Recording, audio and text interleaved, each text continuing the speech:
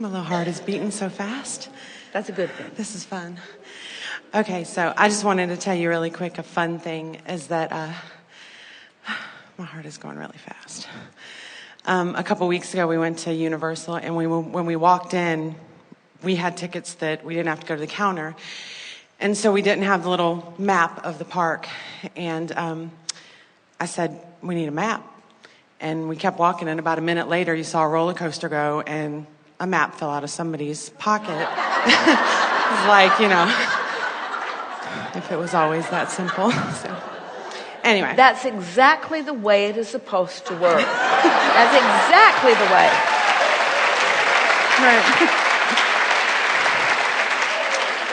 Right. By the end of the day, maps are falling out of your pocket. Right. It was lovely. So I have to read it so that I stay focused. Okay, I've been listening to your materials for almost 20 years, and my life and the way I view it has changed tremendously. I'm married to a man that I adore. He's strong-minded, and he inspires me to ask for more, know more, and become more. I totally understand that I'm in charge of me and creating my life as I do. 11 years ago, my husband went to prison with a sentence that would seem hopeless. But I know with every fiber in my being that we can be, do, or have whatever we want, literally. So I know that even this circumstance is changeable. I also know that once something has manifested, it's more difficult to change. I know that I cannot create for him. He has to do it. But I also know there's power in co-creation. And influence. There is influence. Yes. Influence. I want that. So my question is, we both want the same thing, his physical freedom. You, being all-knowing, know our energy stance. I don't care what we've done wrong so far, but what I am fully open to receive is how we can individually and together direct our energy in the strongest possible way to literally free him and both get what we want. Well, there is so much that we want to give you here because, first of all, you give us an opportunity through this example, and your mate really has the opportunity to experience this fully, even more than you do, of discovering that freedom in its truest sense is alignment. Right. And bondage in its truest sense is resistance. Right. And anything of a physical nature, even bars and jails and confinement, doesn't even come close to the power of this resistance or allowance that takes place vibrationally. So we've been talking a lot here today in a stronger way than usual about finding a way to release the attachment, the fixation, the addiction to what is. And there's no one who wants to do that more than someone who's incarcerated. In other words,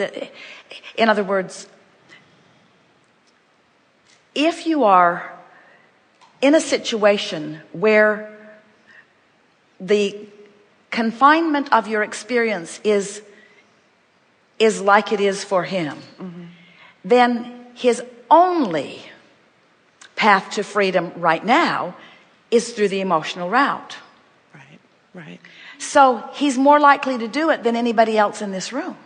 Right. It's like we often say, we just really enjoy visiting with groups of terminally ill people. A little annoying to the audience when they hear it, but the reason is because they're open to new ideas. Right. Yes. In other words, they're finally in a position where they're willing to let go of the stuff that hasn't been working for them because they have nothing to lose and everything to gain about going the emotional route. And so that's the thing that is really exhilarating about this. So your husband has an advantage in the sense that he is more likely to receive an understanding of this vortex and receive the relief of the vortex than almost anybody else, because he has more reason to reach for relief in a way that he can't orchestrate the way a lot of other people would attempt to orchestrate. You are following? It makes sense, doesn't it? You have an advantage over your husband in that since you are not experiencing as much of the discord of the incarceration, your expectation and hopefulness can get into alignment quickly, maybe quicker than his. You're following? Mm-hmm. So we could give you a long list of people who have written to Jerry and Esther over the years, who have had sentences that have been assigned to them, who have found their way into the vortex, who have found ways to make the best of it, who have come into alignment with who they are, who are actually satisfied where they are and looking forward to getting out, satisfied with where they are and eager for more. Imagine, satisfied with where they are, because they're satisfied with the emotional state that they're achieving. Mm-hmm. And when they change their emotional state, when they come into alignment with who they really are, it doesn't matter where you are. Law of attraction still works whether you are incarcerated or not. In other words, law of attraction is still working inside that facility. There are things more in harmony with what your husband wants and things less in harmony with what he wants. Mm-hmm. And if he is, or if anyone is telling you, oh no, where I am, there is nothing there that I want, then we're here to tell you they're not in the vortex. Because when you get into the vortex, you will find things wherever you are that are pleasing to you, you see. Law of attraction is a very powerful thing. So, talk to us a little bit about your communication with him, what your conversations are like. What kinds of things does he say to you? What kinds of things do you say to him? That's big. I mean, when you visit, Mm-hmm. Is it on the telephone? Is it? Well, it's both, but it's mostly on the telephone. So when you visit with him, when each time that you go to visit with him, what is the predominant thing that you wish to convey to him? What comes first? What do you say most often? What do you say with most forcefulness? What is it that you want him to hear from you? What do you usually say? I want him to get right so he can be free. So the reason that we ask that is because what we want it to be, because the tendency is, I can't wait for you to be out. I want you to get out. That's, of course, the predominant thing that you're feeling and the predominant thing that you're flowing. But what it does is it shines a big spotlight right on what is. Right. And then causes him to look right at what is. And then you go down walk down memory lane of everything that happened and why. And all of that is just a big jumble of stuff that doesn't have any movement in it toward what you want. Right. I think I'm actually more comfortable where we are and feel more hopeful than he does. Well, he says that he's... We are certain about that. But this is the thing. Since we're visiting with you and you're going to be visiting with him, this is what we want to convey to you. Okay. And until you get it, you can't convey it to him. So it is our desire to convey it to you. Okay. When you visit with him, the predominant thing, because we've talked about this all day here today, you can't feel the absence of what you want so keenly and be moving toward it. In other words, it's just going to play out the way the sentence is written if that's the case, because nothing's changing vibrationally. In other words, when what you feel is predominantly utter and complete absence and agony over the absence of something that you want so much, there's no movement in that. Okay. So, and yet it feels like what you should say, because you don't want to say, hey honey, I'm having a fabulous time, wish you were here. You don't want to say, oh gosh, I forgot you were in there. I hardly ever even think about you anymore. And yet that's where we want you to be. We want you to be so full. We want you to be so full of where you're going that what is irrelevant. Okay. And as we said earlier, people thank us for our patience. We're not being patient about what's coming for the two of you, because it's already here as far as we are concerned. And that's what it has to be for you.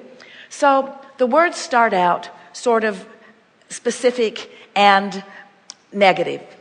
I miss you. I hate it without you. I'm so longing for you. I miss you so much. I'm aching for you. So much injustice has taken place. This just isn't fair. I know who you really are. I know what a good person you are. I'll be here always. But it's pointed and poignant and specific and holding you right in the same energy. Right. So now you got to get more general.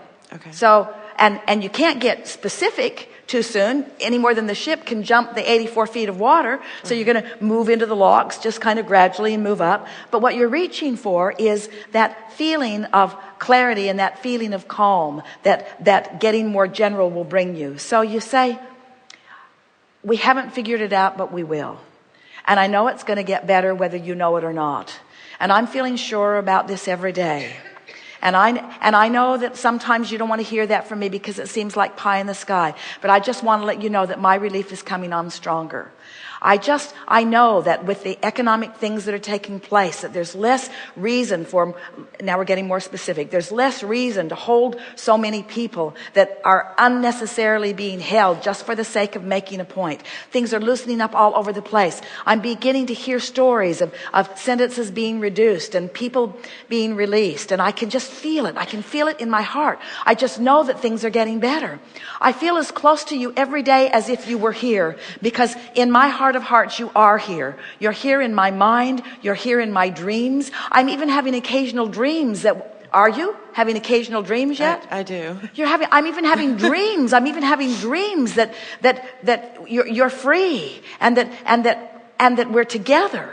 And so I know this is coming. Now, aren't you feeling a few shivers? Aren't you feeling the energy of that? Aren't you recognizing that you've moved from specific to general and now to more and more specific? Now, don't lay more on him than he is able to hear, because in the same way, if you get all frisky and all sure, and he's had a particularly bad day, and you try to affirm what you know, he'll have one of these law of attraction cards moments where he'll be tearing them up in little pieces and flushing them down the toilet. In other words, it's really, really annoying to hear somebody feeling good when you don't. So now what's going to happen is you're going to find really good timing. You're going to begin to align with his alignment, because what you want, and this is what we want to convey to you more than anything, what we want for you more than his freedom from incarceration is you in the vortex.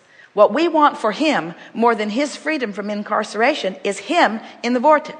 Because we know that when you're in the vortex, that life is all right. Life is good now. You can do something about that now. You can set yourself free today. You can set yourself free from his incarceration today. He can set himself vibrationally free from the incarceration today or tomorrow or the next day. And that's what your first and foremost work is about. We have to tell you, it would be easier to talk to everybody in this room if you were all in jail. It would be. It would be. It would be, because you would be more willing to do the only work you can do under those conditions, you see. And so start finding the sweetness of it. Start feeling the edge lift up off of you. Start noticing the positive aspects that are erupting. Start feeling the power of your co-creation. Start recognizing what the two of you have collaboratively put into your vortex as a result of this experience. In other words, your relationship is bigger and stronger. Both of you are more. If you study the histories of the heroes and the magnificent creators of all time, you will find a huge part of them were incarcerated or bound by what seemed to be against their will, only to discover in their own personal experience that nothing can bind them, you see. And when you get that nothing can bind you, because it is your vibration, it is your alignment, now you're off and running. And we're not just giving this to you because we think it is the only way that you're going to feel happy. We are giving this to you because it is the path to his being released early. But we don't want you to do it for that reason, because then you start taking score of that, which makes you lose your connection to your vortex, which then slows the whole thing down. You're following? I am. Have fun with this. Can you hear us? Can you hear the sincerity with which we say this? Have fun with this. Have fun with this. Imagine asking someone to have fun under these conditions. We're saying, have fun with this. Have fun with this. And oh, what a book you will write one day. Good time for a segment of refreshment.